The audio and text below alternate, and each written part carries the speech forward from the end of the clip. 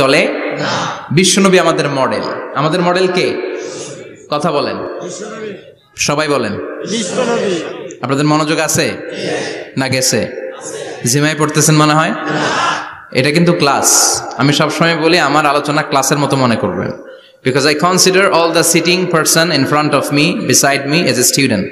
আমি যখন কথা বলি সবাইকে আমি স্টুডেন্ট ভাবি, আমাকে শিক্ষক ভাবি। আমার আগে যিনি কথা বলেছেন তখন উনি ছিলেন আমাদের শিক্ষক, আমার পরে কেউ বললে উনি শিক্ষক, আমরা ছাত্র, ঠিক কিনা? কোরআনের ছাত্র হয়ে বাঁচলেও লাভ, মরলেও লাভ, ঠিক কিনা? হাতি মরলেও লাখ টাকা, ঠিক কিনা? কোরআনের স্টুডেন্ট বাঁচলেও লাভ, কোরআনের ছাত্র হয়ে মরলেও। এজন্য শেষ পর্যন্ত মনোযোগের সাথে কথাগুলো শুনতে হবে জীবন পরিবর্তন করার জন্য। রাজি আছেন তো? ঘুমে ধরে নাই তো? কষ্ট হলে আমাকে জানাবেন। কষ্ট হচ্ছে না তো? তাকবীর পড়েন, লিল্লাহে তাকবীর, লিল্লাহে তাকবীর। বিশ্বনবী আমাদের মডেল, ঠিক কিনা? সবাই একমত? দ্বিমত নাই কেউ? অন্য কেউ আমাদের মডেল নাই? শাহরুখ খান, আমির খান, সালমান খান, হিরো আলম। ব্যাপার কি? হিরো আলমের কথা শুনে এত হাসি কেন? মডেল না সে? কেউ আমাদের মডেল না। আমাদের মডেল হচ্ছে বিশ্বনবী, ঠিক কিনা? এজন্য আসুন বিশ্বনবীর জীবনী থেকে কিছু মেসেজ আমরা নেই, কিছু শিক্ষা আমরা নেই, যাতে করে জীবনটাকে এনলাইটেন করা যায়, আলোকিত করা যায়। আমরা এই মাহফিলগুলোতে এসেছি আলোকিত হতে, নাকি? আলোকিত মানুষ হয়ে ফিরে যাব। এসে কিছু স্লোগান দিব, হুজুরের চেহারা দেখবো, হুজুরের সাথে মুসাফা করার জন্য। No, no way. এগুলোর জন্য মাহফিল নয়। Consider this programme as a class, as a seminar. স্পিকাররা আসবে, কোরআন সুন্নাহর আলোকে কথা বলবে, এগুলো আমরা শুনবো, নোট ডাউন করব, মানার চেষ্টা করব, ঠিক কিনা? মানতে রাজি আছেন তো? সবাই রাজি? সবাই? আল্লাহ তুমি কবুল কর, আমিন। আজকে বিশ্বনবীর জীবনী থেকে 3টা কথা শুনবো। এই 3টা কথা শুনে মানার চেষ্টা করব, তারপর আমরা একসাথে বিদায় নিব। পড়েন ইনশাআল্লাহ। প্রথমে জানবো আমার নবী দেখতে কেমন ছিলেন। জানতে মনে চায় না? চাঁদের চেয়ে সুন্দর ছিলেন, ঠিক কিনা? চাঁদের চেয়ে সুন্দর তুমি নবী আমার কামলিওয়ালা। চাঁদের চেয়ে সুন্দর তুমি নবী আমার কামলিওয়ালা। দু জাহানের বাদশাহ তুমি প্যারা নবী সাল্লে আলা। দু জাহানের বাদশাহ তুমি প্যারা নবী সাল্লে আলা। চাঁদের চেয়ে সুন্দর তুমি নবী আমার কামলিওয়ালা, ঠিক কিনা? আমরা হাদিসের আলোকে দেখার চেষ্টা করব আসলে তিনি কতটা সুন্দর ছিলেন। তাহলে প্রথমে শুনবো উনি দেখতে কেমন ছিলেন, তারপর শুনবো ওনার আচরণ কেমন ছিল। দেখতে কেমন ছিলেন মানে বাহিরটা কেমন, আর আচরণ মানে ভিতরটা কেমন, ঠিক কিনা? 3 নম্বরে আমরা শুনবো ওনার মেধা, বুদ্ধি, ইন্টেলেকচুয়াল ক্যাপাসিটি কেমন ছিল। কষ্ট হয়ে যাচ্ছে না তো? আলোচনা কঠিন মনে হচ্ছে?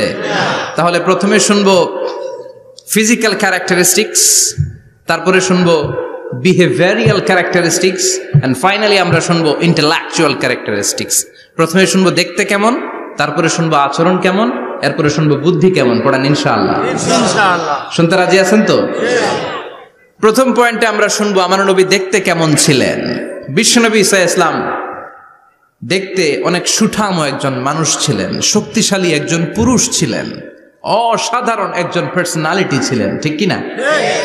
উনি এত শক্তিশালী ছিলেন, বিশ্বনবী বলতেন আমার ডান হাতের ভেতরে আল্লাহ জান্নাতের 40 জনের শক্তি ঢুকিয়ে দিয়েছে। উনি মক্কার সবচেয়ে বড় কুস্তিগির রুকানাকে ধরে মাটিতে 3 বার আছাড় মেরেছেন। শক্তি বেশি না কম? সুবহানাল্লাহ পড়বেন না? বিশ্বনবীর এই বুকটা ছিল উঁচু, পেটটা ছিল চাপা, 6 প্যাক। কয় প্যাক? আপনাকে কয় প্যাক? আমার কয় প্যাক? আহা, বিশ্বনবীর 6 প্যাক। তবে শেষকালে একটু গায়ে গোশত বেড়ে গিয়েছিল, কিন্তু ইয়াং অবস্থায় 6 প্যাক। এই মুরাদনগরে জিমনেশিয়াম নাই? আছে। ইয়াং ছেলেরা দেখবেন তারা ডায়েট করে, they are on diet in order to keep fit. Keep fit, always fit থাকবা মিয়া। যৌবনকে ধরে রাখতে হবে, ঠিক কিনা? কারণ যুবকরা যদি ভালো পথে চলে ভালো থাকবে বাংলাদেশ, যুবক যদি পথ হারায় হায় হায় করবে বাংলাদেশ, ঠিক কিনা?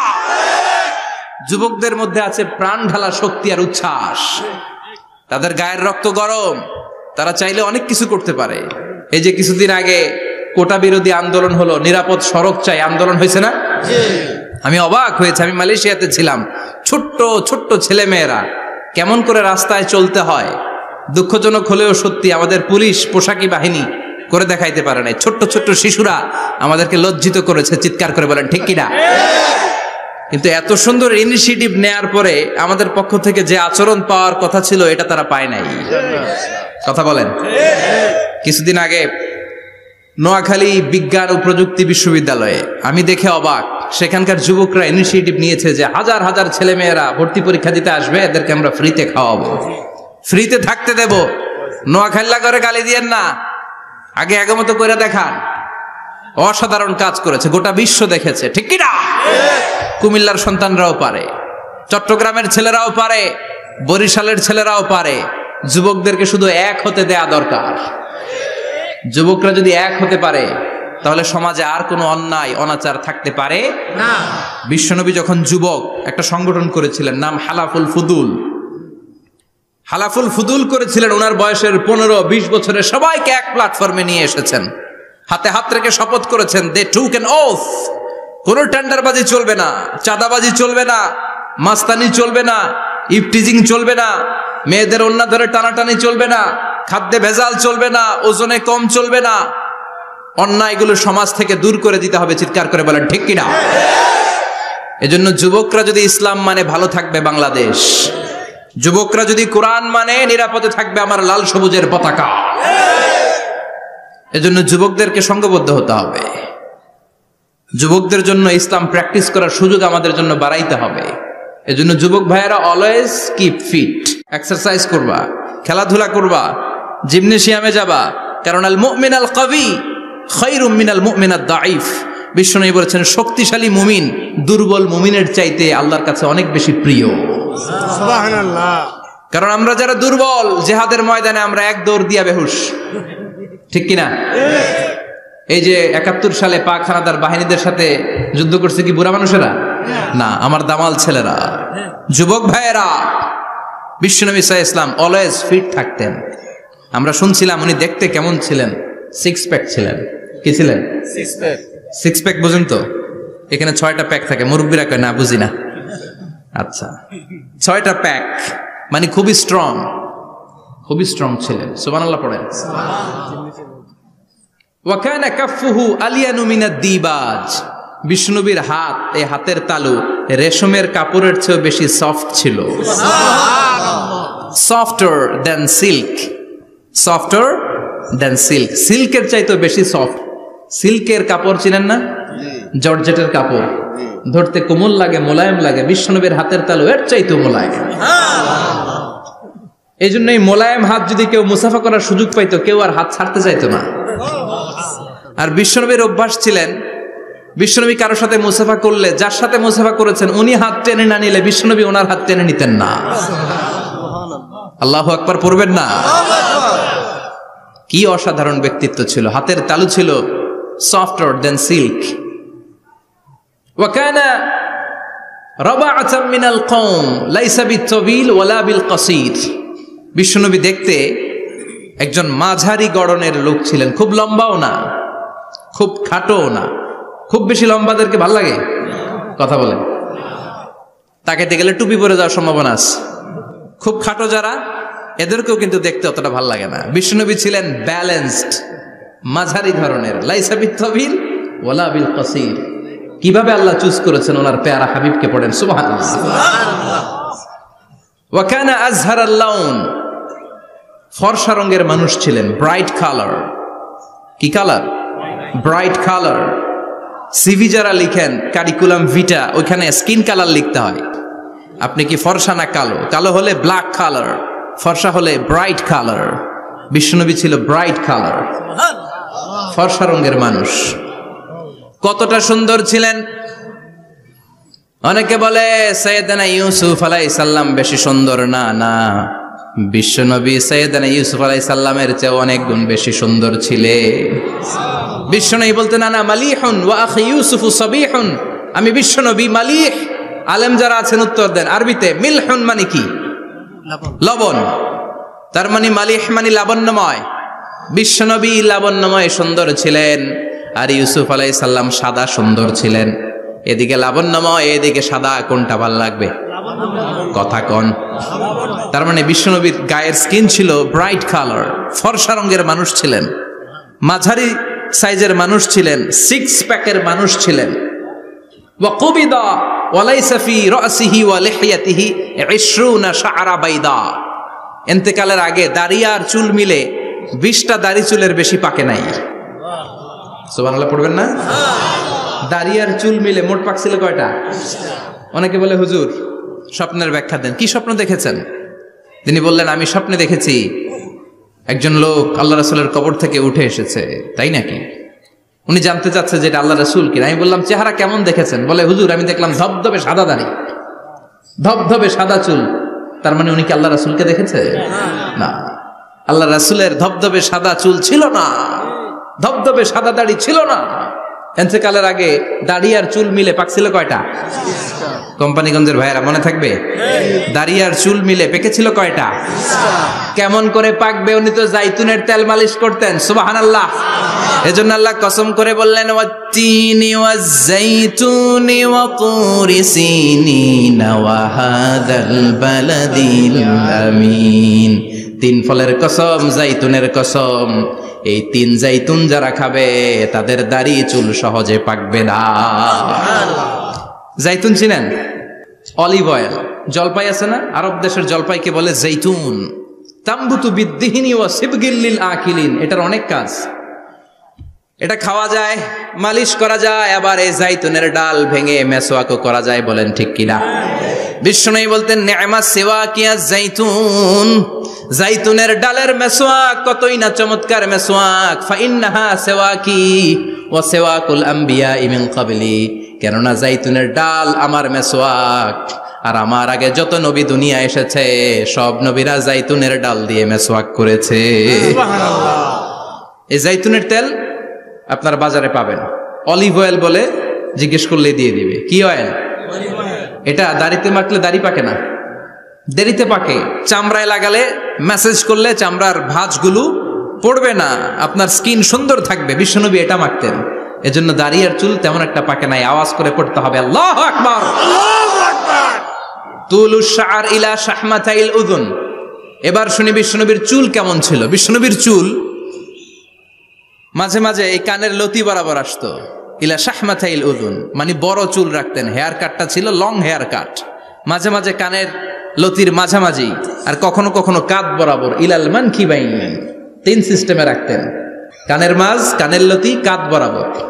ইয়াংরা মহা খুশি যে বড় চুল রাখার দলিল পাইছি। সুন্নতের নিয়তে রাখতে হবে, একটা ভদ্র কাটিং হইতে হবে। আর ইউনিভার্সিটি আর স্কুলের স্টুডেন্ট হলে ইউনিভার্সিটির ড্রেস কোড, হেয়ার কাট মেনে চলতে হবে, ঠিক কিনা? আর সুন্নাতের নিয়তে যদি রাখতে চাও একটা ভদ্রতা থাকতে হবে, একটা সৌন্দর্য থাকতে হবে। ইদানিং অনেক ছেলেরা খুব অদ্ভুত কাটিং দেয়। এই হেয়ার কাটগুলো নিষিদ্ধ। একটা হেয়ার কাট আছে কাজাহ, নাহা রাসূলুল্লাহি আনিল কাজাহ। বিশ্বনবী কাজাহ কাটিং দিতে নিষেধ করেছেন। কাজাহ মানে চুলের কিছু অংশ ট্রিম করে চামড়ার সাথে লাগানো, কিছু অংশ বড় বড়, এরকম আছে না নাই? এটারে আমি বলি ঘোড়া কাটিং। কি কাটিং? ঘোড়া কাটিং। ঘোড়ার মাথায় এরকম লম্বা চুল আছে না নাই? কেউ যদি এখানে থেকে থাকো মাইন্ড করো না, নেক্সট ডে আর এই হেয়ার কাট নিবা না, ঠিক কিনা? রাজি আছি তো? আমার যুবকরা পছন্দ করে বেশি, আমিও পছন্দ করি ওদেরকে খুব বেশি। ওরা আমার কথা বুঝে বেশি, আমিও ওদের হৃদয়ের কথা বুঝি বেশি। এজন্য এগুলো ভালোবেসে বলি। যদি কেউ নিয়ে থাকো এই নিষিদ্ধ হেয়ার কাট, সামনে আর নিবা না। ইনশাআল্লাহ পড়ো। আর জোরে ইনশাআল্লাহ। ওয়া কানা ইউফাররিকু বাইনা শা'রি। চুলের মাঝখানে বিষ্ণুনবী সিঁথি করতেন। আপনারা কাজী নজরুল ইসলামের ছবি দেখেছেন? দেখবেন যে উনি মাঝখানে সিঁথি করতেন। বিষ্ণুনবী এভাবে মাঝখানে সিঁথি করে সিঁথির মাঝখানে আতর ঢেলে দিতেন। কেন ঢেলে দিতেন? যেখানেই সেজদা দিতেন ওই জায়গায় আতরের ঘ্রাণে আমুদ হয়ে যেত। আরিদুস সদর, বুকটা ছিল প্রশস্ত। ওয়া কানা বাইনা কাতিফাইহি খাতামুন নবুওয়া, আর পিঠের মধ্যে কাজিররিল হাজালা, কবুতরের ডিমের মতো একটা মাহরুন নবুওয়া ছিল। উনি যে শেষ নবী, উনি যে প্রফেট, দ্য লাস্ট মেসেঞ্জার, এটা প্রমাণ আল্লাহ সিল মেরা দিছে। বাম দিকের কাঁধে, ডান দিকে না, কোন দিকে? সাহাবারা যারা এটা দেখেছেন তারা বলেছেন যে আমরা দেখেছি এর মধ্যে কিছু চুলও ছিল, একটু লালচে ছিল, একটু উঁচু ছিল। একদিন বিশ্বনবী বললেন, বান্দার কোনো হক আল্লাহ কোনোদিন ছেড়ে দেয় না। আল্লাহর হক আল্লাহ মাফ করে, বান্দার হকের মাফ নাই। যদিও আমি নবী, আমার উপর যদি কোনো হক থাকে বলো, আমি দিয়ে দেব। কোন সাহাবী দাঁড়ায় না। এক সাহাবী দাঁড়িয়ে বলল, নবী, যুদ্ধের ময়দানে চাবুক চালানোর সময়, লাঠি চালানোর সময় এক কাফেরকে মারতে যে আপনার লাঠির বাড়ি আমার পিঠের মধ্যে পড়েছে। আপনি যেহেতু এই কেসাসটা আদায় করতে চান, আপনার পিঠে আমি লাঠির বাড়ি মেরে এটারে শোধবোধ করে দিতে চাই। সাইয়েদনা ওমরে ফারুক হাতের জামা এরকম পড়তে শুরু করছে, আয় এদিকে আয়, তোরে শোধবোধ করাই। বিশ্বনবী বললেন, ওমর রাখো, এটা বান্দার হক, মিটাতে দাও। বিশ্বনবী বললেন, আসো, তুমি এসে আমার পিঠে লাঠি দিয়ে চাবুক দিয়ে বাড়ি মারো। সাহাবী বলে, ও নবী, তখন দুর্ভিক্ষের সময়ের যুদ্ধ ছিল, আমাদের গায়ে জামা ছিল না। যখন আপনি আমার চাবুকটা পিঠের মধ্যে মেরেছেন, আমার পিঠে তখন জামা ছিল না। আপনি যদি যথা নিয়মে কেসাসটা আদায় করতে চান, আপনার জামাটা খুলেন, খালি পিঠের মধ্যে বাড়িটা মারিস। এবার আর ওমরে ফারুকরে ধরে কে? এদিকে আয়, তোরে দেখাইতেছি। বিশ্বনবী বললেন, ওমর থামো, মারতে দাও। বিশ্বনবী উনার জুব্বাটা উপরের দিকে উঠালেন, পিঠের মধ্যে বাড়ি দেওয়ার জন্য ওই সাহাবীকে ডাকলেন। ওই সাহাবী বিশ্বনবীকে পিছন দিক থেকে জড়িয়ে ধরে ওই মোহরে নবুয়তের মধ্যে চুমু দিয়ে ফেলেছে। সাহাবী বললেন, নবী গো, এই নাটক করার জন্য আপনি আমারে মাফ করে দিয়েন।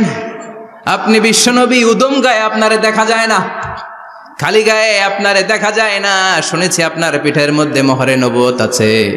অনেক দিনের সাধনা, জল্পনা কল্পনা, আপনার মোহরে নবুয়তে আমার ঠোঁটটা আমি লাগাবো। আপনার মোহরে নবুয়তের মধ্যে আমার ঠোঁটটা লাগিয়ে আমার ঠোঁটটারে আমি জাহান্নাম থেকে পরিত্রাণ করাবো। এজন্য প্ল্যান প্রোগ্রাম করে এতক্ষণ আপনার জামাটা খুলতে বলেছি।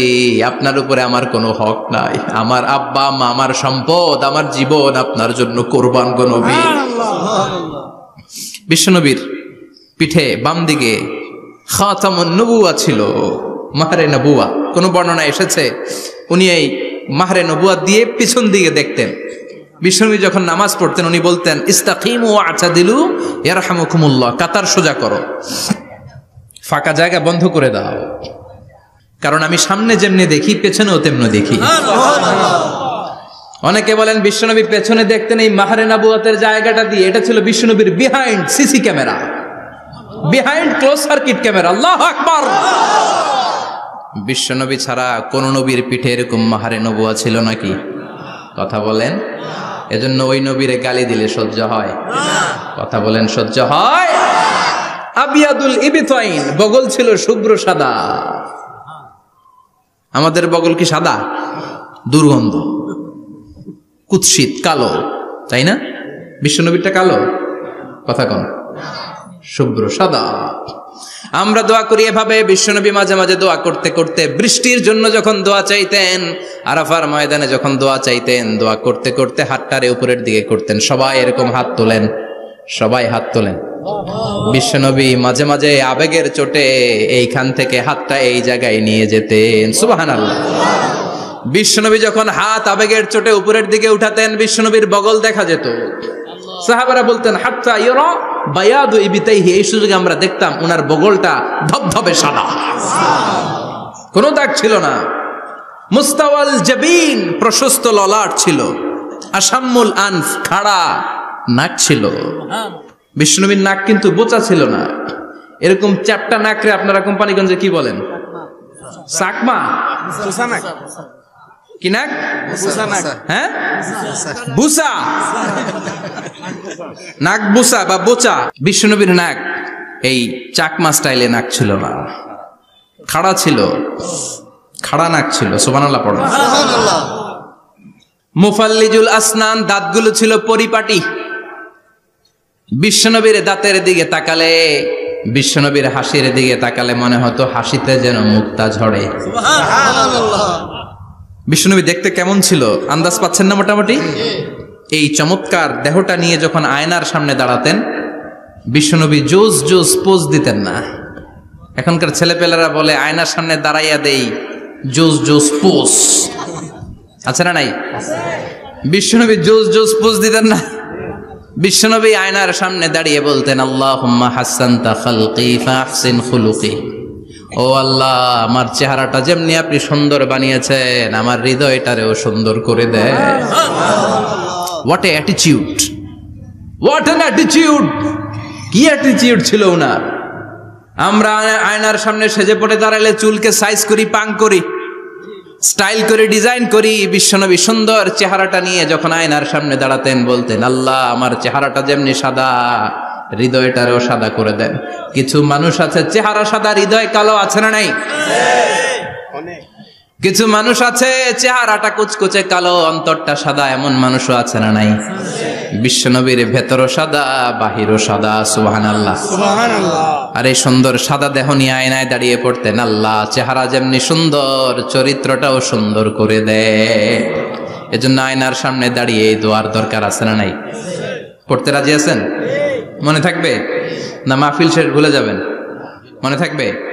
আয়নার সামনে আপনি যখন দাঁড়াবেন, আপনার স্ত্রী যখন দাঁড়াবে, আপনার বাচ্চারা যখন দাঁড়াবে, বলে দিবেন বাবা আয়নার সামনে দাঁড়ানোর দোয়া পড়ো। কত অসাধারণ দোয়া! পড়েন আওয়াজ করে আমার সাথে, আল্লাহুম্মা হাসানতা খালকি ফাহসিন খুলুকি। আল্লাহুম্মা হাসানতা খালকি ফাহসিন খুলুকি। এর মানে আল্লাহ আমার চেহারাটা করেছো সুন্দর, আমার আচরণ আমার চরিত্রটাও সুন্দর করে দাও। চিৎকার করে পড়েন আমিন। তাহলে বিশ্বনবীর ব্যাপারে তিনটা কথা আমরা শুনবো বলেছিলাম, প্রথমটা শুনে ফেলেছি। মানে উনি দেখতে কেমন ছিল, উনি দেখতে কেমন ছিল এর মধ্যে আমাদের আমলের কিছু নাই, শুধু বর্ণনা করা আর শোনা আর বিশ্বনবীকে ভালোবাসা, ঠিক কিনা? কারণ উনার না খাড়া, আমার তো খাড়া নাও হইতে পারে।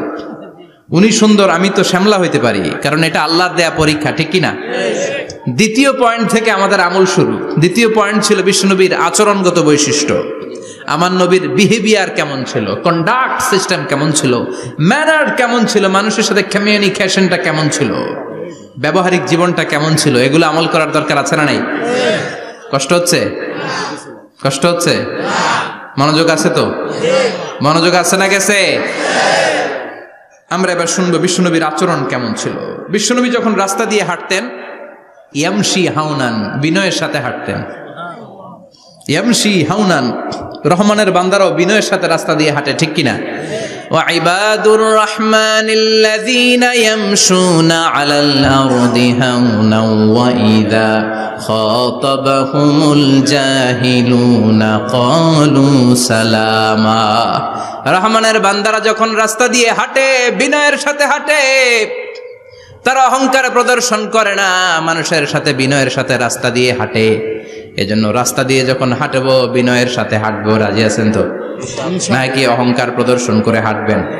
বিশেষ করে যুবকেরা, ৩-৪ জন যুবক একসাথে হলে রাস্তায় ওদের আর কারো হুঁশ জ্ঞান থাকে না, পুরো দুনিয়াটাই মনে হয় দুনিয়াটাই আমার, আছে না নাই? না, মুরব্বীকেও সম্মান করবা, মহিলাদেরকে সম্মান করবা, তোমার জায়গায় তুমি হাঁটবা, ভদ্রভাবে হাঁটবা। ভদ্রভাবে হাঁটার দরকার, আছে না নাই? উনি মুরব্বী, একদিন উনিও তোমার মতো যুবক ছিল, ঠিক কিনা? এই যে আমার কালো দাড়ি আজীবন কালো থাকবে? কথা বলেন। উনার সাদা দাড়ি ছোটবেলায় মনে সাদা দাড়ি নিয়ে আসছিল না? হ্যাঁ, উনিও একদিন তাগড়া যুবক ছিল। উনিও কোম্পানিগঞ্জ বাজারে দাঁড়ালে লোকজন তাকিয়ে থাকতো, ঠিক কিনা? তার মানে রং ধরা যৌবন জং ধরে শেষ। যৌবন সব সময় থাকে না, সার্টেন একটা পিরিয়ডের জন্য আল্লাহ দিয়েছে। এজন্য যুবক ভাইরা, তোমাদের রক্ত গরম, তোমাদেরকে বিনয়ী হতে হবে বেশি, ঠিক কিনা? রাজি আছো তো সবাই? বিশ্বনবী বিনয়ের সাথে হাঁটতেন। ওয়াকানা ইয়াতাবাসসাম, সবসময় মুচকি হাসতেন। কি করতেন? মুচকি হাসেন তো আপনারা? হাসেন না? মুচকি হাসবেন, কারণ মুচকি হাসতে পয়সা লাগে না। লাগে? মুচকি হাসি দেন তো একটা। এই যে সবার এখন মুচকি হাসি, পয়সা লাগছে? কথা কর। Tabassumuka fi wajhi akhika sadaqa. You would smile to your brother, it's a charity. তুমি তোমার ভাইয়ের দিকে তাকিয়ে যে মুস্কি হাসবে, এত সদকা দেওয়ার সওয়াব হয়ে যাবে। বিশ্বনবী সব সময় মুচকি হাসতেন। হাসি তিন ধরনের, তাবাসসুম, দেহেক, কাহকাহা। কাহকাহা মানে অট্টহাসি, আলিফ লাইলার দত্তরা যেমন হাসি দেয় ওই হাসি। এটা নামাজের মধ্যে কেউ দিলে নামাজও শেষ, ওযুও শেষ। আর দেহেক, হালকা আওয়াজে হাসি, সামান্য দাঁত দেখা যায় মাঝে মাঝে। বিশ্বনবী মজা করে এরকম হাসি দিতেন, কিন্তু সব সময় বিশ্বনবীর ঠোঁটের মধ্যে মুচকি হাসি লেগেই থাকতো। তাহলে আমরা বিনয়ের সাথে হাঁটবো, নাম্বার 1। নাম্বার 2, সবসময় মুচকি হাসবো। রাজি আছেন? ঘরে যেই স্ত্রীকে একটা মুচকি হাসি দিবেন, আজকে রাতেই দিবেন, যেই একটা মুচকি হাসি। রাজি আছেন? হ্যাঁ, ভালোবাসা বাড়াই দিবে কে? কথা কয় না। ভালোবাসার কথা আসলে আওয়াজ কমে যায়। ভালোবাসার কথাও কোরআনে আছে না নাই? আল্লাহু আকবার। আল্লাহ দাম্পত্য জীবনের ভালোবাসা তুমি বাড়িয়ে দাও, আমিন। ইযাল তাফাতা ইলতাফাতা জামিআন, ইযাল তাফাতা ইলতাফাতা জামিআন। বিশ্বনবীর যদি ডানে বায়ে কোথাও তাকানোর দরকার হতো, উনি আর চোখে তাকাতেন না। অনেকে এইভাবে বসে আছে, ডানে এমনে তাকায়, এমনে আছে না নাই? এইভাবে এমনে তাকায়, আছে না নাই? এভাবে তাকানো যাবে না। বিশ্বনবী ডানে তাকানোর দরকার হলে ইলতাফাতা জামিআন, অ্যাবাউট টার্ন, ঘুরে যেতেন, ঘুরে এইভাবে তাকাতেন।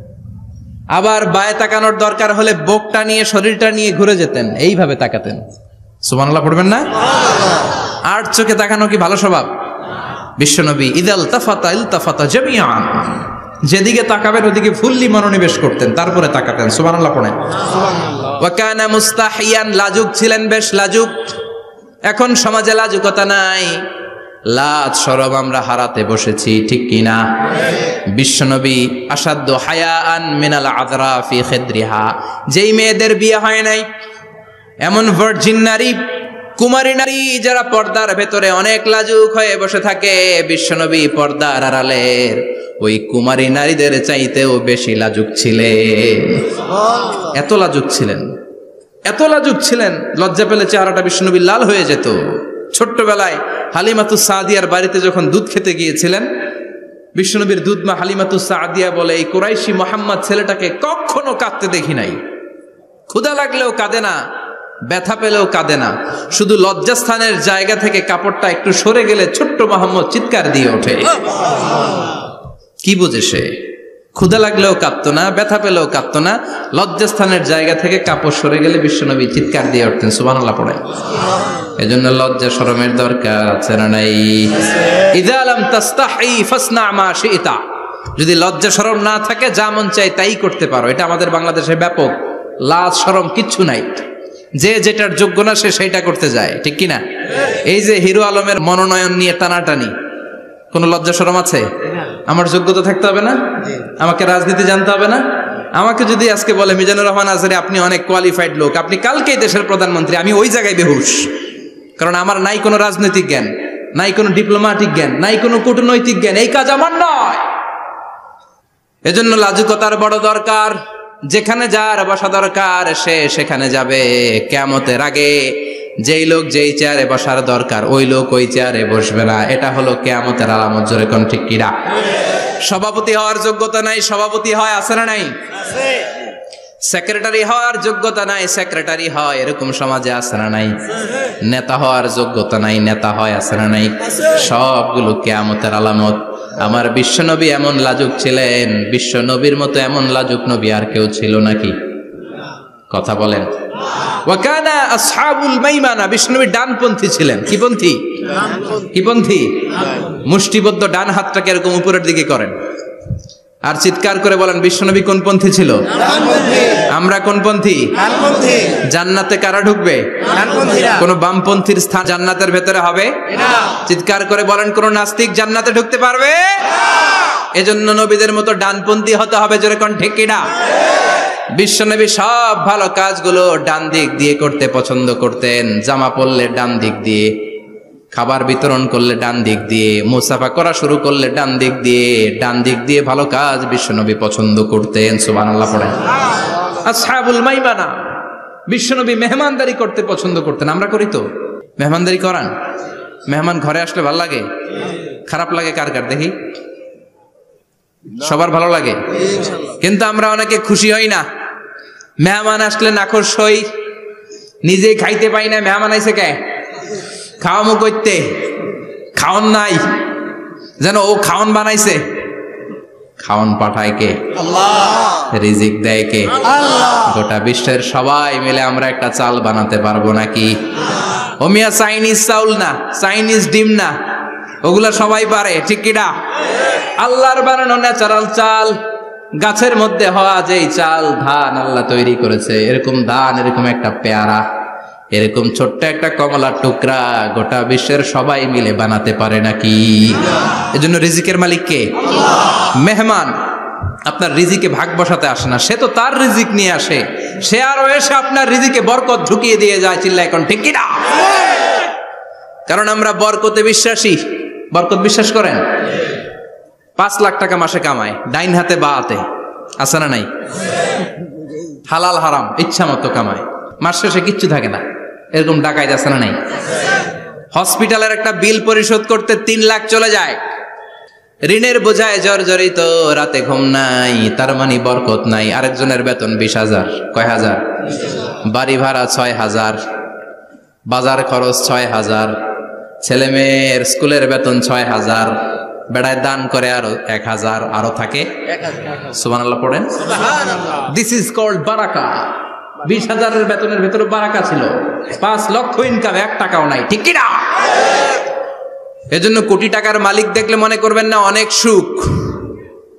এই দুনিয়ার জীবনটা ধোঁকা, মোহাচ্ছন্ন হয়ে আছি আমরা, এটা ধোঁকা, এটা মরিচিকা, এটা চাকচিক্যময় একটা জায়গা। মৃত্যুর পর মনে হবে একটা দুঃস্বপ্ন ঘটেছিল আমার, বিশাল এক জগৎ পড়ে আছে সামনে। দুনিয়াটাই ধোঁকা, দুনিয়াটাই মোহের জায়গা, আমরা সবাই মোহাচ্ছন্ন হয়ে আছি। দুনিয়ার উদাহরণ হলো 3টা লাশ আর 4টা স্বর্ণের টুকরার সমান। 3 জন যুবক কাজের জন্য বেরিয়েছে, পথিমধ্যে 4টা স্বর্ণের টুকরা পেয়েছে। যুবক কয়টা? স্বর্ণ পাইছে কয়টা? মহা খুশি, খুশিতে বাকবাকুম, 4টা স্বর্ণের বড় বড় টুকরা পেয়েছে। আমরা আজীবন খেলে বসে খেয়ে যেতে পারবো, কিচ্ছু লাগবে না আমাদের। 3 বন্ধু বলে ভাগ করি, আরেকজন বলে ক্ষুধা লাগছে, একজন যা বাজার থেকে রুটি কিনে নিয়ে আয়, খাওয়ার পরে ভাগ করবো। একজন রুটি কিনতে গেল, শয়তান 2টারে বুঝায়, ওইটারে মারতে পারলে ভাগ বটোয়ারা সহজ হবে, তোরা 2 জন স্বর্ণ 4টা, তুই নিবি 2টা, ও নেবে 2টা, হিসাব সহজ না? 2 বন্ধু প্ল্যান করছে, ওইটারে মাইরা তুই 2টা আমি 2টা। যেটা রুটি আনতে গেছে প্ল্যান করেছে, রুটির মধ্যে বিষ মিশায় নেই, কি মিশাবো? বিষ। তাহলে বিষ খাওয়া রুটি খেয়ে ওই 2টা সে সব পাবে, আমি পাবো, ভাগাভাগির কিছু নাই, সব যাবে আমার কাছে। 4টা স্বর্ণের টুকরার মালিক আমি, রুটির মধ্যে বিষ মেখে নিয়ে এসেছে। ওই 2 বন্ধু প্ল্যান অনুযায়ী ওইটারে ধরে মেরে ফেলছে। এবার মহা খুশি, এক বন্ধু কয়, এবার তো ভাগ বটর আর কিছু নাই, তুই 2টা আমি 2টা, আগে খাইয়া লইস। আগে খাওয়ার পরে এই 2টাও নাই। 3টা লাশ, 4টা স্বর্ণের টুকরা, এটাই তো দুনিয়ার জীবন, ঠিক কিনা? আসল জীবন কবর থেকে শুরু হবে, কোন ঠিক কিনা? একদিন মাটির ভেতরে হবে ঘরে মন আমার, কেন বাঁধো দালান ঘরে মন আমার, কেন বাঁধো দালান ঘর, ঠিক কিনা? দুনিয়ার জীবন আসল জীবন না, এটা মরিচিকা, এটা ধোঁকা, এটা মোহ, এটা শয়তানের চাকচিক্য। আসল জীবন কবরের জীবন, আসল জীবন সামনে পড়ে আছে, জন্য বরকতে বিশ্বাস করি আমরা, ঠিক কিনা? ল্যান্ড ক্রুজার দাপিয়ে বেড়ায়, বড় বড় টাওয়ারের মালিক, অনেক সম্পদের মালিক, এটা দেখেই মনে করবেন না অনেক সুখে আছে, ঘরে যেয়ে দেখেন কোনো সুখ নাই, ঠিক কিনা? সাধারণত টাকা যার বেশি দুঃখ তার বেশি, টাকা যার কম সুখ তার বেশি। সুবহানাল্লাহ পড়েন। আল কানাআতু মিনাল ইসলাম। এজন্য আমার শ্রমিক ভাইয়েরা, আপনাদের 1 পা জান্নাতে এমনি ঢুকে আছে, নামাজ পড়বেন, মা বাবার খেদমত করবেন, ইসলামের নিয়মগুলো মানবেন, দ্বিতীয় পাটাও জান্নাতে ঢুকায় দিবে কে? আর যারা কোটি কোটি টাকার পাহাড় বানিয়েছে ওদের হিসাবের ফিরিস্তি অনেক বড়। বিশাল বাড়ির মালিক, ল্যান্ড ক্রুজার চালায়, সাবরোলেট চালায়, পোরশে, ফারারে, ল্যাম্বরগিনি চালায়, আছে না নাই? ঘরে সুখ নাই, রাতে ঘুম নাই, টেনশন আর টেনশন, 4টা ট্যাবলেট খেয়ে আধা ঘন্টা ঘুমাতে পারে না, এরকম ধনী আছে না নাই? সব ধনীরা আবার এক পাল্লায় মাইপেন না। মাথার ঘাম পায়ে ফেলে যেই ধনী ব্যবসায়ীরা বড়লোক হয়েছে ওদের ঘরে ঠিকই শান্তি আছে। তার মানে টাকা যার বেশি, ওষুধ তার বেশি, কিচ্ছু খেতে পারে না। দেখবেন ধনীদের খাবারের ডায়েটে থাকে ভেজিটেবলস আইটেম, ঠিক কিনা? এমনি হজম হয় না, আবার ডাক্তারের কাছে গেলে বলে কিচ্ছু খাবেন না, খালি ঘাস খাবেন। কি খাবেন? মানে ভেজিটেবল খাবেন, সবজি খাবেন তো সুস্থ থাকবেন, আছে না নাই? ঘুম নাই, শান্তি নাই। এই যে কোম্পানিগঞ্জ বাজারের যারা কুলি মজুর শ্রমিক, এদের ঘুমে ঝামেলা আছে? কথা বলেন। ধনী পয়সাওয়ালা কোটিপতি সে ঘুমের ট্যাবলেট খায়, ঘুমের জন্য যে ট্যাবলেট লাগে রিক্সাওয়ালা ওইটাই জানে না, ঠিক কিনা? 1000 কোটি টাকার মালিক হলে বাড়ি কিনা যায়, গাড়ি কিনা যায়, সুখ কিনা যায় না। কোম্পানিগঞ্জ বাজারে সুখ বিক্রি হয় এমন দোকান আছে নাকি? কথা কন, একটাও নেই। কি করলেন আপনারা? সুখের দোকান দিতে পারলেন না? কি আজীব তামাশা। টাকা দিয়ে সুখ কিনা যায় না, গাড়ি কিনা যায়, বাড়ি কিনা যায়, কিন্তু সুখ নো ওয়ে, কেনা যায় না। টাকা হলে জাজিম কিনা যায়, বালিশ কিনা যায়, ঘুম কিনা যায় না। ঘুম কিনা যায়? ফার্মেসিতে ডাক্তারের কাছে যে যদি বলেন 2000 টাকার ঘুম দেন, দিবে? ডাক্তার কি বলবে? ধুরু মিয়া, আমারই ঘুম আসে না, তোমারে আমি ঘুম বিক্রি করব। আচ্ছা না নাই? শ্রমিক ভাই, রিক্সাওয়ালাদের ঘুমের ঝামেলা নাই, যেখানে রাই তো ওইখানে, যেখানে রাই তো ওইখানেই কাই। ওর মাথা লাগতে দেরি বিছানায়, নাক ডাকতে দেরি হয়, ওর নাকের ডাকের আওয়াজে ট্রাকের ইঞ্জিনও ফেল, ঠিক কিনা? এজন্য আমরা বরকতে বিশ্বাসী। অল্প খাবো, অল্প পড়বো, অল্প জমাবো, অল্পের ভেতর বরকত দিয়েছে কে? এজন্য মেহমান আসলে বিশ্বনবী খুশি হতেন, আমরাও মেহমান আসলে খুশি হব। রাজি আছি না নাই? সবাই রাজি? মেহমানদারি করাবেন তো? এরপরে বিশ্বনবী ইনসাফ করতেন। কি করতেন? ইনসাফ করতেন। বিচার করার সময় বিশ্বনবী ইনসাফ করতেন। গোটা বিশ্বকে ইনসাফ শিখিয়েছেন বিশ্বনবী। আমাদের দেশেও তো ইনসাফ হয় না? হাইকোর্টে, সুপ্রিম কোর্টে, গ্রাম্য সালিশে আছে? আছে? আহা, আহকামুল হাকিমিনের দরবারে সবগুলো বিচার আবার বসবে। চিল্লায় বলেন ঠিক কিনা? ও মিয়া, দুনিয়াতে বিচারপতি বিচারের রায় দেয়, ওই বিচারপতিরও বিচার আছে না নাই? সবচেয়ে বড় বিচারপতির নাম কি? বিশ্বনবী ইনসাফ করে গোটা বিশ্বকে দেখিয়ে গেলেন কেমন করে বিচার করতে হয়। বিশ্বনবীর কাছে কখনো বিচার আসলে বিশ্বনবী দুই পক্ষের কথা শুনে রায় দিতেন। পড়েন সুবহানাল্লাহ। সব সময় দুই পক্ষের কথা শুনে রায়। এখন কি দুই পক্ষকে সমান প্রিভিলেজ দেয়া হয়? কথা বলেন। কারণ কোরআন দিয়ে বিচার হয় না। কোরআন দিয়ে বিচার হোক আমরা চাই কি চাই না? আমার সংসদ ভবনের ভেতরে কোরআনের আইন দিয়ে সংসদ ভবন কায়েম হোক আমরা চাই কি চাই না? সেনাবাহিনীর ভেতরে দরবার হলগুলোতে যখন আলোচনা বসে কোরআন মাঝখানে থাকবে, চিল্লায় বলেন ঠিক কিনা? দেশের সবগুলো ক্যান্টনমেন্টের ভেতরে কোরআন থাকার দরকার আছে না নাই? সবগুলো আদালতের ভেতরে কোরআন থাকার দরকার আছে না নাই? কোরআনের আইন অনুযায়ী আমার দেশের সব নিয়ম কানুন চলবে আমরা চাই কি চাই না? এই কোরআনের আইনের বিরুদ্ধে যদি কোনো আইন পাশ করা হয় আমরা ওই আইনের বিরুদ্ধে চিৎকার করে বলেন ঠিক কিনা? আমরা এই কোরআনের জন্য সব বাজি রাখতে রাজি আছি। আমরা জীবন বাজি রাখতে রাজি আছি। আমরা দেহের তাজা রক্ত বিলিয়ে দিতে রাজি আছি। জোরে বলেন ঠিক কিনা? কোরআনের জন্য কে কে ময়দানে থাকতে রাজি আছেন? হাত উঁচু করে আল্লাহর দেখা।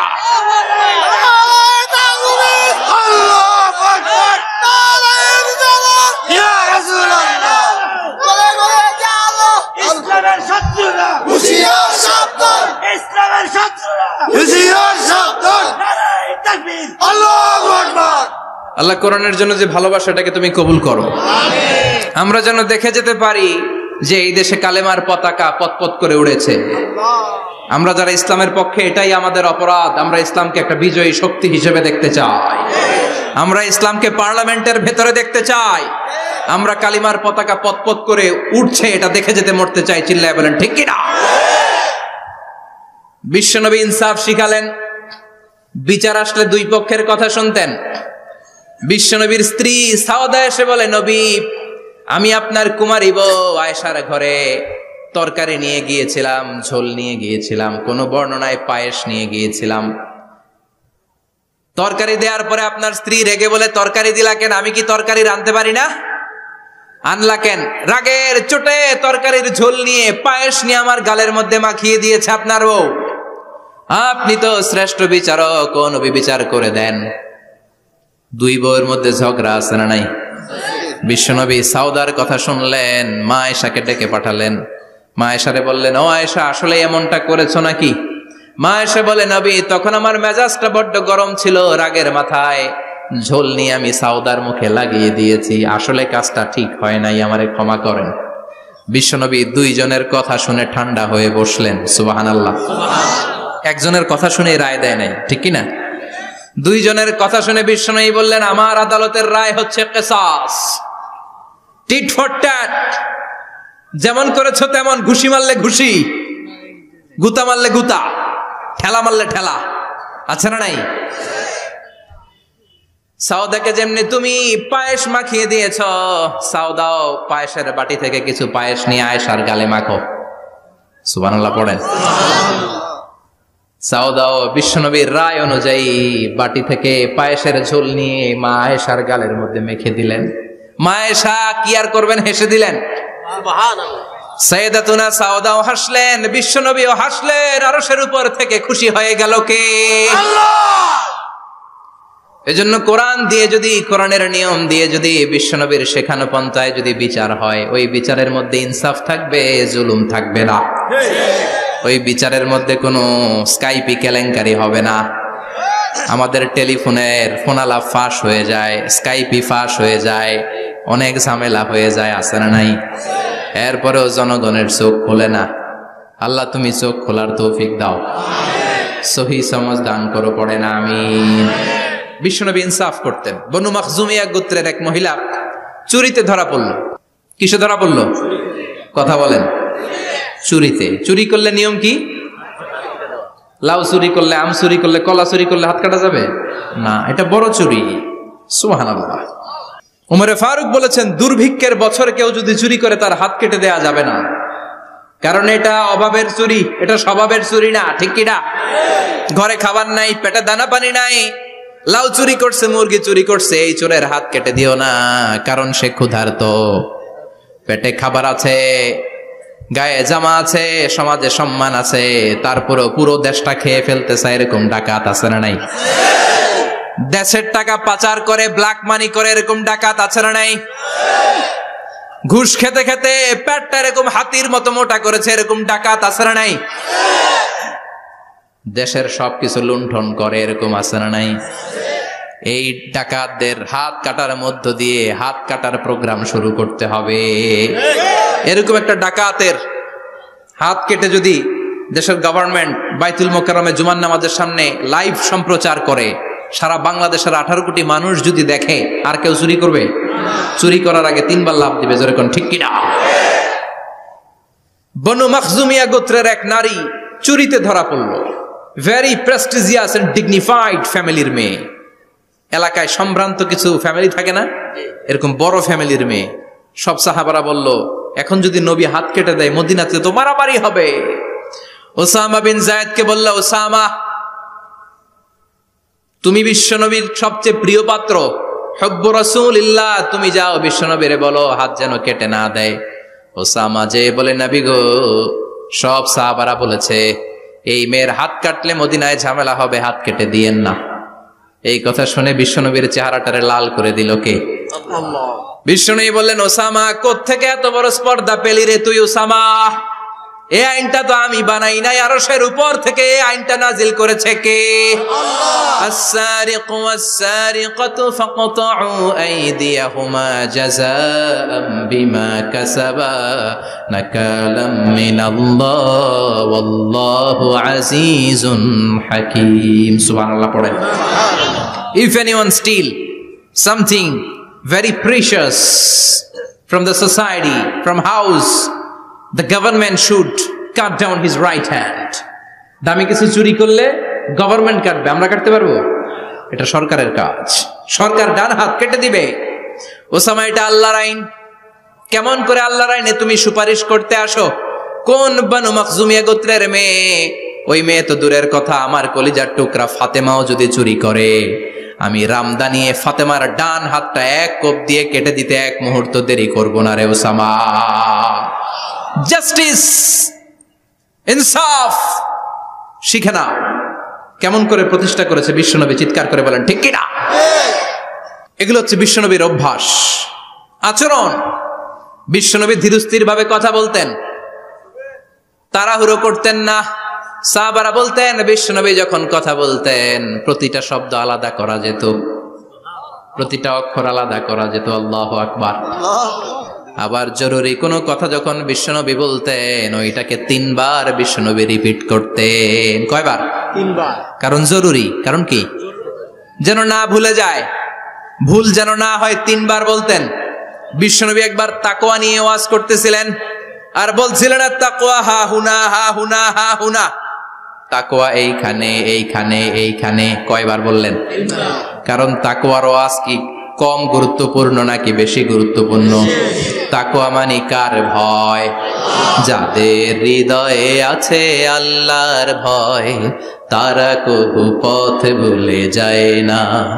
আল্লাহর প্রেম ছাড়া এই দুনিয়ায় কারো কাছে কোনো কিছু চায় না, ঠিক কি না? যাদের হৃদয়ে আছে আল্লাহর ভয় তারা কবু পথ ভুলে যায় না।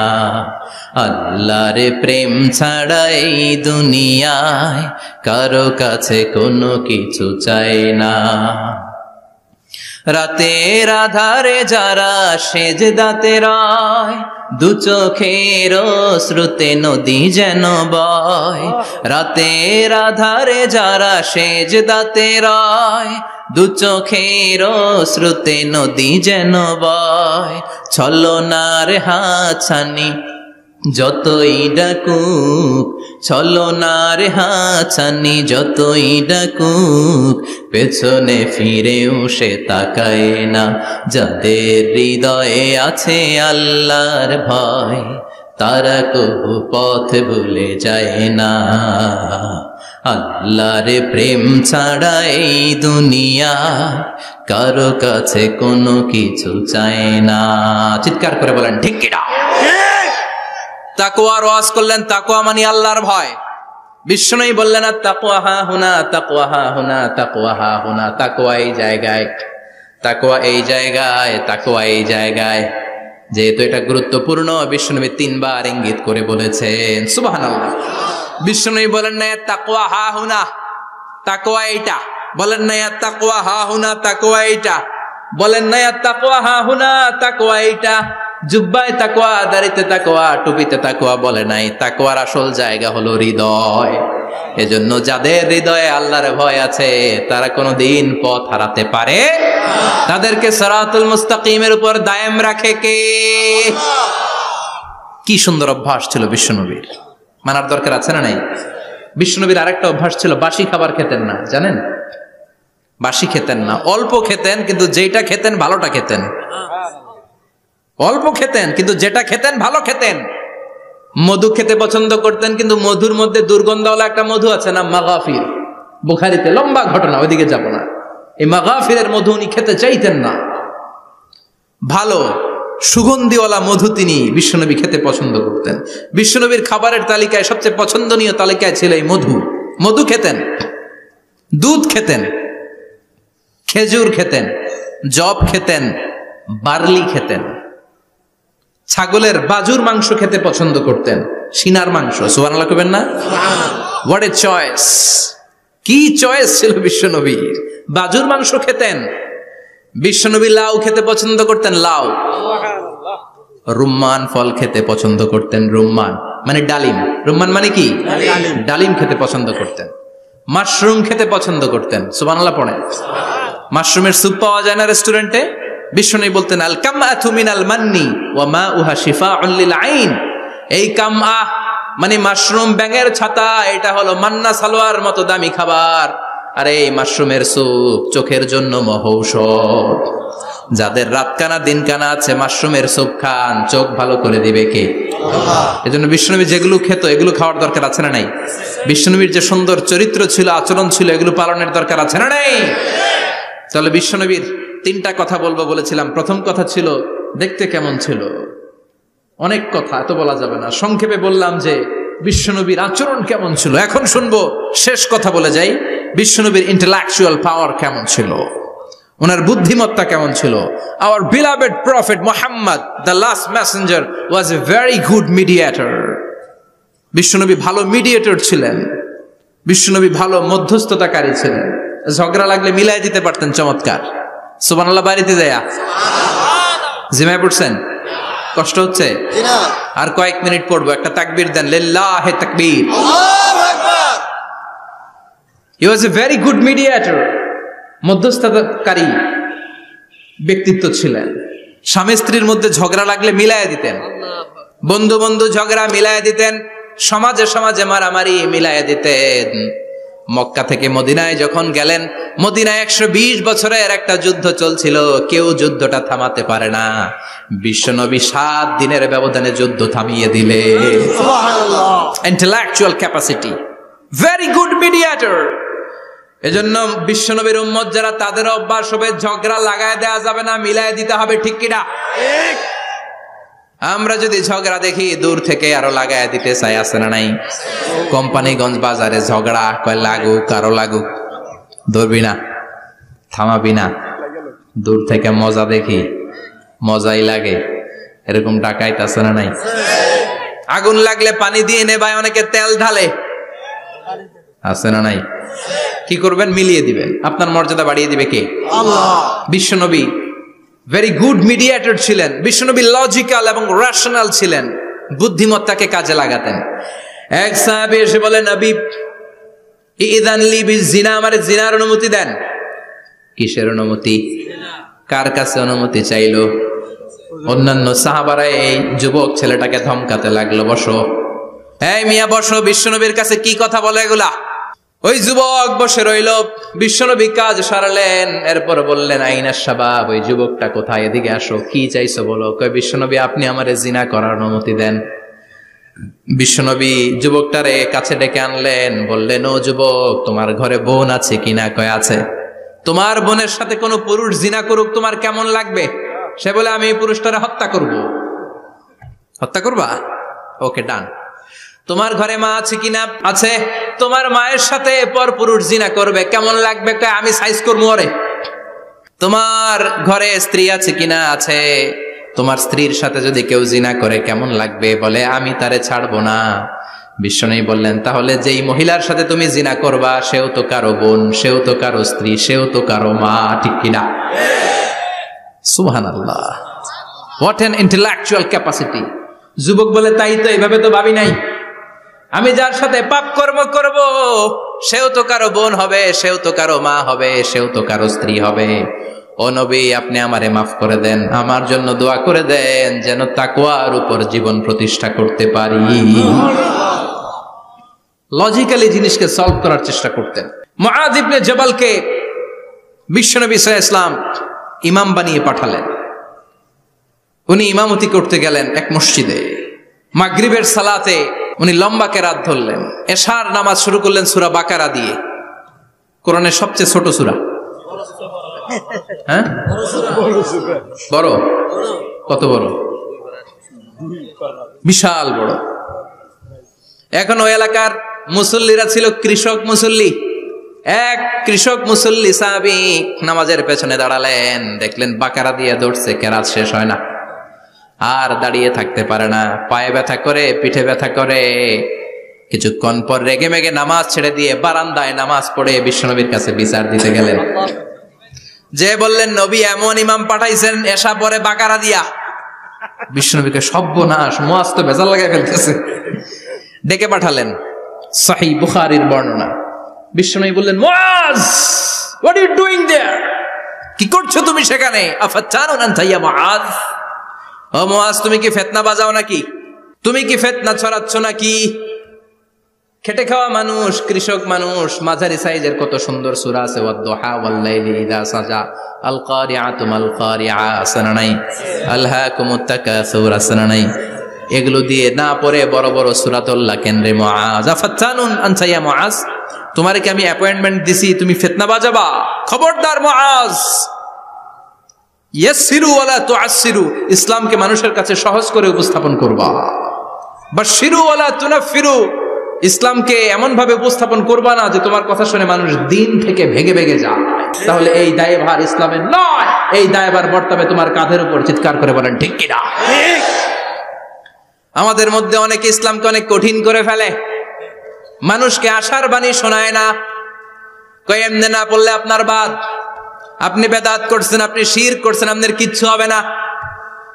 যারে বলে কিচ্ছু হবে না, সে বলে আমার যেহেতু কিচ্ছু হবে না, তোর কথা শোনার আমার দরকার নাই, যে আমারে আশার বাণী শোনায় আমি তার কাছে যাই। ঠিক কি না? এজন্য সহি ইসলাম আপনি প্রচার করবেন, but your approach should be very flexible. 100 বছর যেটা চালু আছে আপনি একদিনই উঠিয়ে দিতে পারবেন? It's not a logical approach. বিশ্বনবীর অ্যাপ্রোচ, বিশ্বনবীর রেশনাল ক্যাপাসিটি এমনটা ছিল না। সহজভাবে বুঝাবেন, আদ-দীন ইউসরুন লা উসরা ফি, দিনটা হলো সহজ, দিনের মধ্যে কাঠিন্যতা নাই। সুবহানাল্লাহ, কি ক্যাপাসিটি! আমি যেমনি আপনাদেরকে নিয়ে বসে ওয়াজ করতেছি, বিশ্বনবী ওয়াজ করতেন, তবে সংক্ষিপ্ত ওয়াজ। আমরা আধা ঘন্টা করে যদি রাখতে চাই, হুজুর আরো আধা ঘন্টা করেন, তো আরো আধ ঘন্টা করে যদি শেষ করতে চাই, হুজুর আর 10 মিনিট করেন। হুজুর ওয়াজ অনেক টেস্ট লাগে, হুজুর নামাজ টেস্ট লাগে না। আচ্ছা না নাই? ওয়াজ ভাল লাগে, নামাজ ভাল লাগে না, কিন্তু বিশ্বনবীর ওয়াজ ছিল সংক্ষিপ্ত। আর বিশ্বনবী বলতেন, one of the minor sign before the day of judgement, your lecture will be longer, your সালাত উইল বি শর্টার। কিয়ামতের আগে তোমাদের লেকচার, ইসলামী লেকচার লম্বা হবে, নামাজ হয়ে যাবে সংক্ষিপ্ত। এই আলামত সমাজে আছে না নাই? বিশ্বনবী সংক্ষিপ্ত কথা বলতেন, আর ওনার বুদ্ধিবৃত্তিক ক্যাপাসিটি কাজে লাগিয়ে তিনি বুঝাতেন। হাত দিয়ে ইঙ্গিত করতেন, আঙ্গুলের বিভিন্ন ব্যবহার সমাজে আছে না নাই? এরকম করলে এটারা লাইক বলে না, এরকম করলে বলে ডিসলাইক। আবার ক্রিকেটে এরকম করলে কয় ছক্কা, আবার একটা উড়াইলে কয় তুই যা। একটা মানে কি? আবার বিজয় দেখায় কেমনে? কথা কন, ভিক্টরি। আছে না নাই? বিশ্বনবীও এটাকে মডার্ন টিচিং মেথডোলজি বলে। আধুনিক শিক্ষা পদ্ধতিতে এখন দেখবেন যে আগে ব্ল্যাক বোর্ডে লিখতো, এখন হোয়াইট বোর্ডে লিখে মার্কার দিয়ে। আগে বই থেকে বুঝাতো, এখন ভিজুয়ালাইজ করে, ভিডিও দেখিয়ে শেখানো হয়। ঠিক কি না? বিশ্বনবী এটা করতেন। বিশ্বনবী একবার কিয়ামতের ওয়াজ করছেন, দুইটা আঙ্গুলকে এরকম করে বললেন, আনা বুইসতু আনা ওয়াসসাআতু কাহাতাইন, এই দুইটা আঙ্গুল যেমনি কাছাকাছি, আমি এবং কিয়ামত এরকম কাছাকাছি নাজিল হয়েছি। আমি এবং কিয়ামত এরকম কাছাকাছি। বুইসতু আনা ওয়াসসাআতু কাহাতাইন। আবার বলতেন, আনা ওয়া কাফিলুল ইয়াতীমি কাহাতাইন, আমি এবং ইয়াতীমের রক্ষণাবেক্ষণকারী এই দুইজন জান্নাতে এরকম কাছাকাছি থাকবো। কোন সুবহানাল্লাহ। এরকম আঙ্গুল দিয়ে বিশ্বনবী বুঝাতে চাইতেন। আবার মাটির মধ্যে খেজুর গাছের ডালা দিয়ে লম্বা একটা দাগ টানলেন, ডানে বায়ে অনেকগুলো দাগ টানলেন। সাহাবারা বললেন, এটা কি? বিশ্বনবী বললেন, এই যে দাগটা দেখলা, এই দাগটার নাম হলো সিরাতুল মুস্তাকিম। চিল্লায় বলেন, এই দাগটার নাম কি? সিরাতুল মুস্তাকিম। আর ডানে বায়ে ছোট ছোট যে দাগগুলো দিলাম, এগুলো হলো সুবুলুশ শায়তান, শয়তানের রাস্তা। সিরাতুল মুস্তাকিমে উঠলে শয়তানের রাস্তা থেকে অনেক হাতছানি আছে না নাই? ডানে বায়ে তাকানো যাবে না।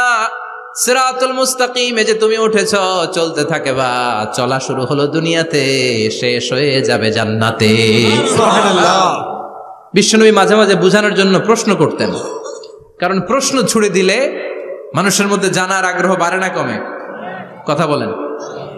আমি যদি একটা প্রশ্ন করি আর বললাম উত্তর দেন, কেউ পারতেছেন, একটু ঠেকা ঠেকা ভাব, ঠেকে যাচ্ছেন, তখন হুট করে উত্তরটা বললে এটার জীবনে ভুলবেন না, বলবেন।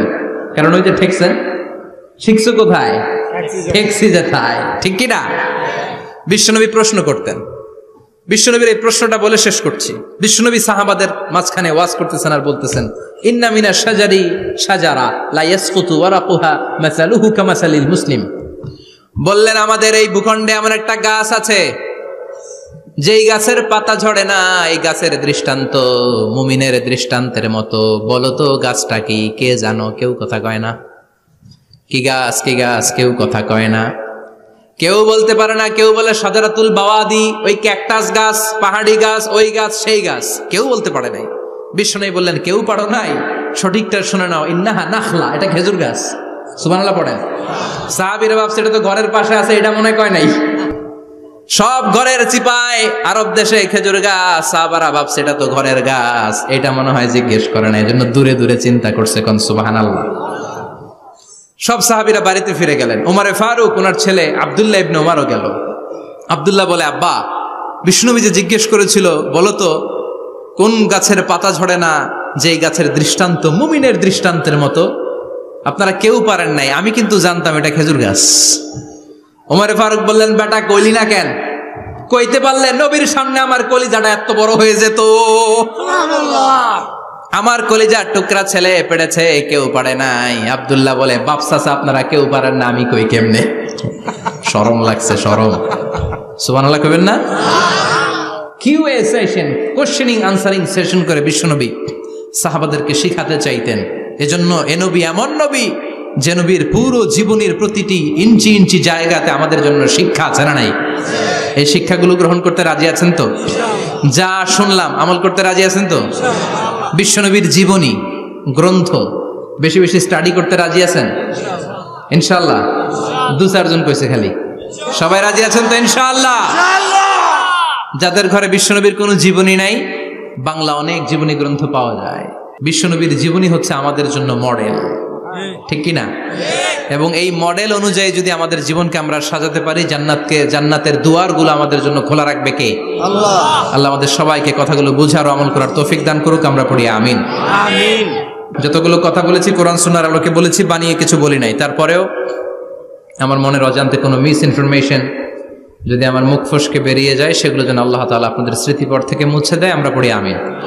সত্য, সুন্দর, কল্যাণকর, হকের পক্ষে যা বললাম তার সবটুকুন আল্লাহ তাআলা প্রথমে আমাকে এবং আপনাদের সবাইকে আমলের তৌফিক দান করে। আমরা পড়ি আমিন।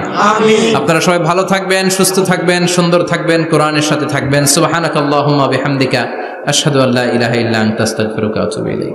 ইয়া রাব্বি লাকাল হামদু কামা ইয়ানবাগি লিজালালি ওয়াজহিকা ওয়া আযীমি সুলতানিক। লাকাল হামদু বিল ঈমান, লাকাল হামদু বিল কুরআন, লাকাল হামদু বিল ইহসান।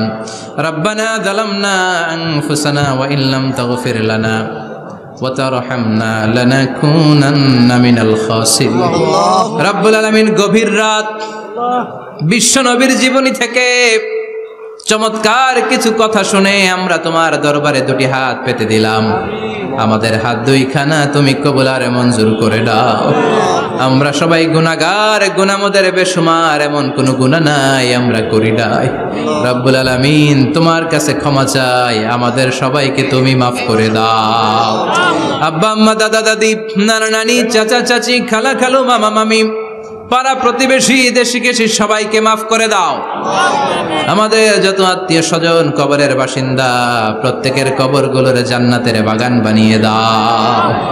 রব্বুল আলামিন আজকের এই কোম্পানিগঞ্জের বাজারের মধ্যে আমার শ্রমিক ভাইয়েরা সারাটা দিন খাটাখাটুনি করে তোমার এই কোরআনের বাগানটারে সফল করেছে। আল্লাহ, টাকা দিয়ে, পয়সা দিয়ে, বুদ্ধি দিয়ে, পরামর্শ দিয়ে যারা আজকে এই কোরআনের বাগানকে সফল করলো, কিয়ামতের দিন কঠিন মুসিবতের কালে আজকের এই মাহফিলটারে তুমি আমাদের নাজাতের ওসিলা বানিয়ে দাও।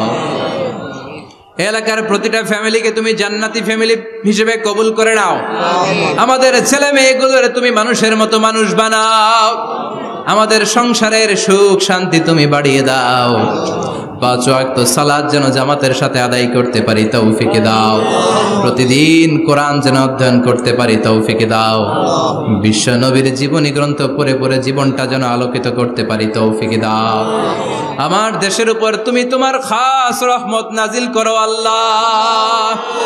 তোমার স্পেশাল রহমতের চাদর দিয়ে আমার বাংলার জমিনের 56,000 বর্গ মাইলকে তুমি ঢেকে দাও। সামনে আমাদের জাতীয় নির্বাচন, দাঙ্গা হাঙ্গামা, মারামারি, অস্থিরতা থেকে আমার দেশটারে হেফাজত করো আল্লাহ। এমন নেতা নেত্রী তুমি আমাদের জন্য নির্ধারণ করে দাও যাদের হাতে ইসলাম নিরাপদ, কোরআন নিরাপদ। কোরআনের পক্ষে কথা বলতে যে যারা জুলুমের শিকার, আল্লাহ তুমি তাদেরকে হেফাজত করো, তুমি ধৈর্য ধারণ করার তৌফিক দাও রব্বুল আলামিন। কতদিনের হায়াত নিয়ে, সময় নিয়ে ক্ষণিকের দুনিয়ার বুকে বসে আছি আমরা জানি না, যতদিন বাঁচবো তোমার গোলামের মতো বাঁচার তৌফিক দাও রব্বুল আলামিন। যতদিন বাঁচবো হকের পক্ষে কথা বলার তৌফিক দাও। আর এই ক্ষণস্থায়ী দুনিয়া ছেড়ে পরপারে যেদিন পাড়ি জমাবো, ওই বিদায় মুহূর্তে বিশ্বনবীর নূরানি চেহারাটা দেখে দেখে, বিশ্বনবীর শেখানো এই মধুর কালিমাটুকুন জপতে জপতে ঈমান নিয়ে যেন আমরা সবাই বিদায় নিতে পারি। লা ইলাহা ইল্লাল্লাহু মুহাম্মাদুর রাসূলুল্লাহ।